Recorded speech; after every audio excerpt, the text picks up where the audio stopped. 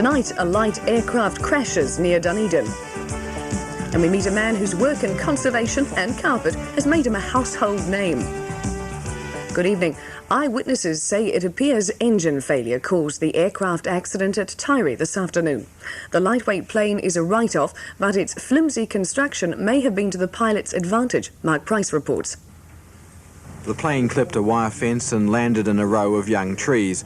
It was being flown by an experienced pilot, Pauline Hogue, who was bruised and scratched but apparently not seriously injured, although she was taken to hospital for observation. Eyewitnesses say the plane's engine failed and the pilot was trying to land in a paddock next to the Taieri airfield.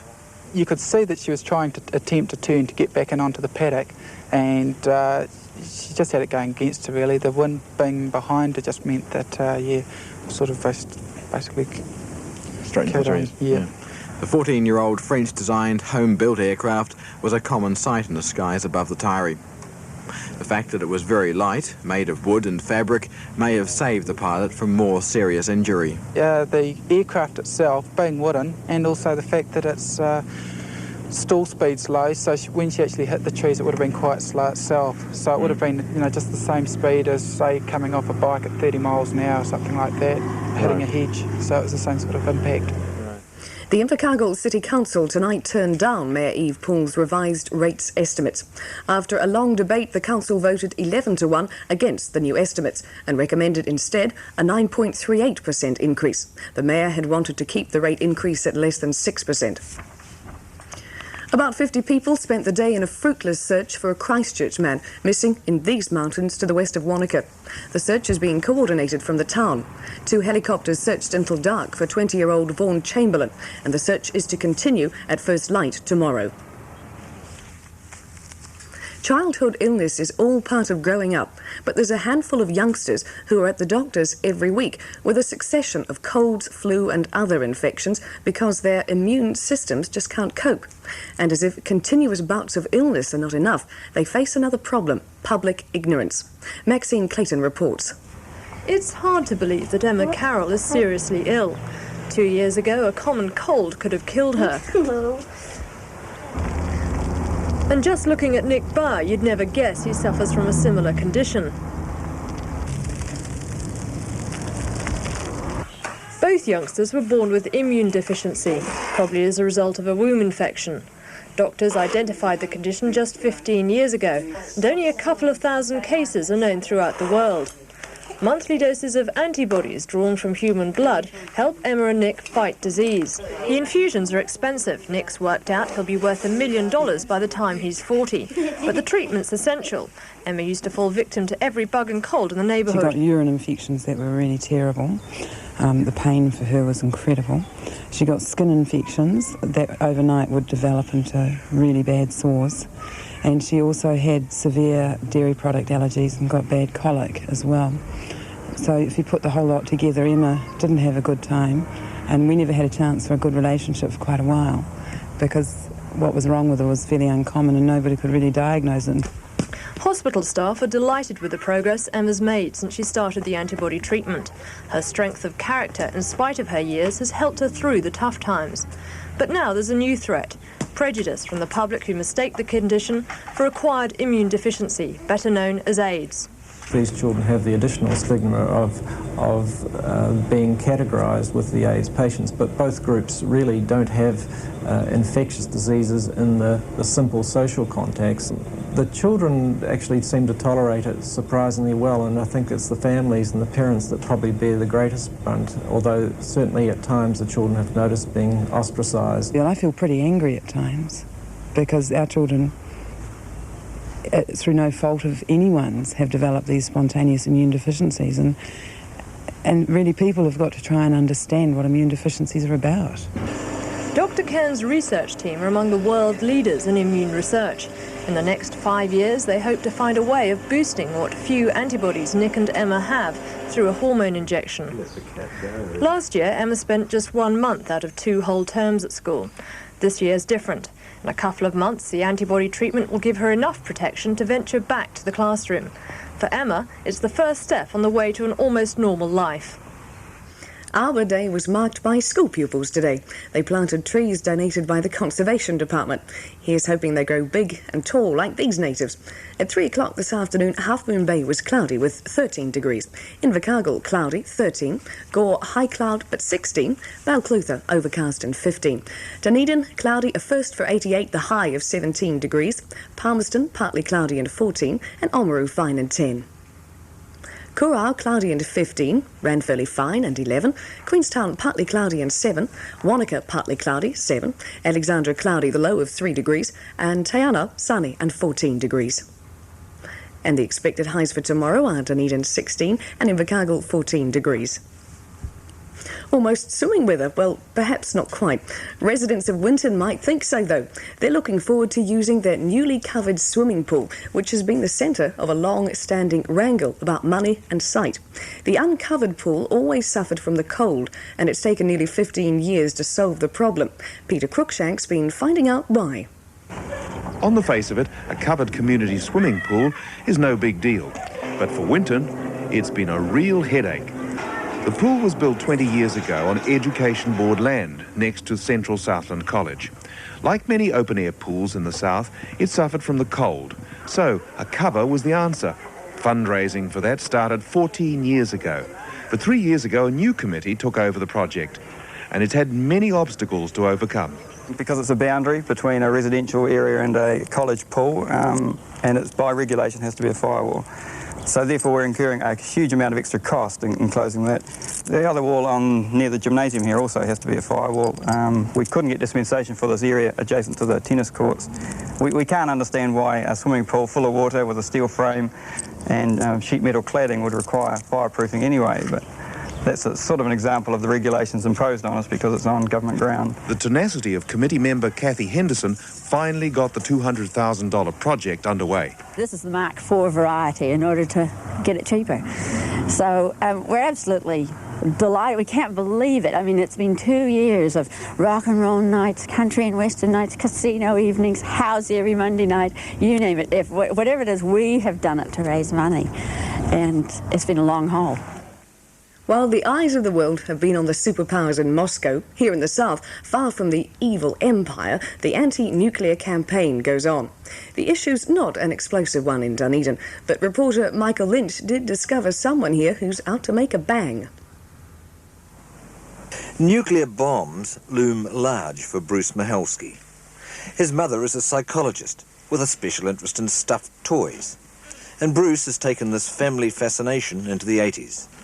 Here's a factory in Auckland churning out cuddly bombs for sale. Part of the proceeds will go to the peace movement. There's a Russian bomb, an American bomb, and even Iranian and Libyan bombs. Seem to be selling quite well, particularly the Libyan ones. The reasoning behind all this is to fight violence by taking the mickey out of it. Bruce is a cartoonist and also lead vocalist in a popular local band called Let's Get Naked. The performances are up front and the lyrics designed to shock. I want to kill an America. People are sick of the cliches of the 70s. People want a new angle, and I think I'm providing it, even if some people do misinterpret it. Stuffed bombs mightn't exactly be a giant step for mankind, but Bruce Mahalski feels that in his own small way, he's ready to shake the world. Well, I have the bomb, and I'm prepared to use it. Talk about cuddling up to the bomb. It looks like something our next guest would love.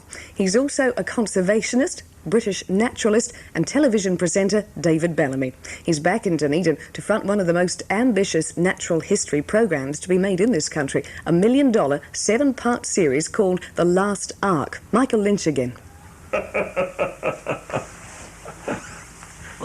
If anyone can be described as larger than life, it's David Bellamy.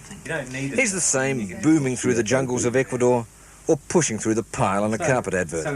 And today he was in his element, mapping out his role on yet another conservation program. The Last Ark is a big concept for local TV. It'll trace New Zealand's unique position in the world's natural history, how everything got here, how man infected things, and how best to preserve what we've got.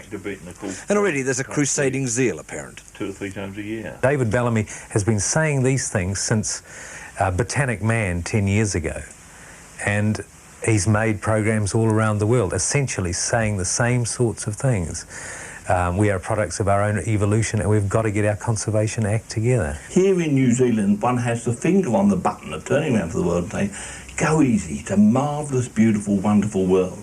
Destroy the floating ark down here and you've destroyed everything, and that destruction will, go on and, grow apace, and the whole world, well, the world is dying. I've just flown down from Britain right the way down. I spent some time in Australia, and everywhere you go you are seeing destruction of more and more native bush. Let's use that terrible Australian word, native bush. And in the wake of that is desertification, salinification, death. 100,000 people died of starvation today. I don't want to live in a world like that. And I know if we follow the conservation ethic, which is building up in this country and across the rest of the world, then we can solve those problems. And that's what this programme's all about. It's saying resources. We may own a bit of land, but we don't actually own the landscape or the resources. We've got to manage those resources for the good of everyone. Do you think the farmer having a bit of a squabble with the conservationist is going to take your argument when he sees the programme? Are you going to convince him? We'll certainly try. I have recently made a film in Western Australia called Wheat Today, What Tomorrow, which simply looked at the fact that 70% of all the wheat belt of Western Australia is now unstable, about to become a desert, and we said this is the way to go ahead. You knit it back with trees, and you don't knit it back with useless trees, you knit it back with trees which actually provide an income for the farmer. And this in some ways has turned around the whole of farming thinking over there, because the farmers say, come on, show us how to do it. Tasmania, Bobbing Gray has just become a greenie. He's just turned round to the wood chip companies and to the mining companies and said, you've got to pay us more royalties for these things you're taking away, because, you are not paying your way, and no one in this world is paying their way. We're still looking upon the world as something we reap a harvest from and we put nothing back into. That's what conservation is about. It's about putting something back in, and the best way, I wish to God we had as much native bush left in Britain as you have down here, because we could start to balance our the economics of our landscapes much more easily. We can't. We're now having to recreate. At the moment I'm doing a project where we're spending, just to buy the site cost £10 million, just to recreate habitat which we've lost so the birds can come back in there. You haven't got to do that. You've still got it here. You think we've got a chance? Well, if you haven't got a chance, the rest of the world hasn't got a chance. That's why I'm down here. Very, very excited to, work with a team. I mean, I went and met them all at tea time this morning, and we had sandwiches about that thick. Now, sandwiches in Britain about that thick. They may be more royal, but it shows you've got more resources down here. And it looks like he's quite partial to our Sammys too. Sports reporter Ken Nicholson's been down south again, and surprise, surprise, he went to watch a game of rugby. But his days of watching at Rugby Park have changed, as he found out when he met by an old mate, Boggy McDowell. G'day, Ken. Hello, Boggy. How are you? Welcome to Southland. Good to have you. Good game today. Promises to be a cracker. Absolute beauty. What's all this? You're a bit pond stuff for Rugby Park, eh? Oh, things have changed, Ken. Things have changed. Yeah? Yeah, Homestead Stadium we're off to, mate.